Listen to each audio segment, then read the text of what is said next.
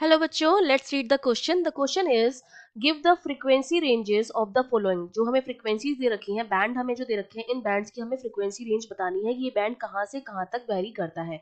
तो पहला आपका है हाई फ्रीक्वेंसी बैंड, फिर दूसरा है वेरी हाई फ्रीक्वेंसी बैंड, फिर तीसरा है अल्ट्रा हाई फ्रीक्वेंसी बैंड और चौथा है सुपर हाई फ्रीक्वेंसी बैंड।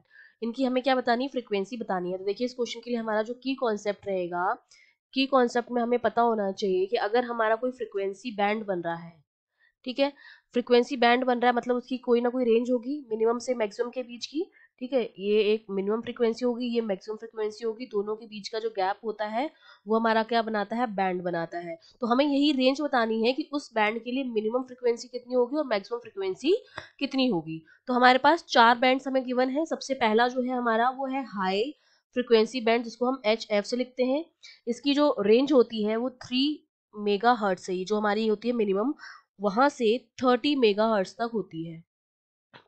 ठीक है, ये इसका मिनिमम है और ये इसका मैक्सिमम है, ये इसकी रेंज हो जाएगी। सेकंड में हमें क्या गिवन है? वेरी हाई, जिसको हम लिखते हैं VHF से।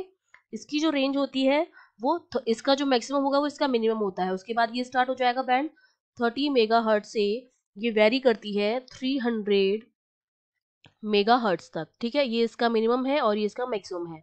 थर्ड में हमें क्या गिवन है? थर्ड में गिवन है हमें अल्ट्रा हाई फ्रीक्वेंसी बैंड, तो इसको मैं UHF लिख सकती हूँ, U फॉर अल्ट्रा।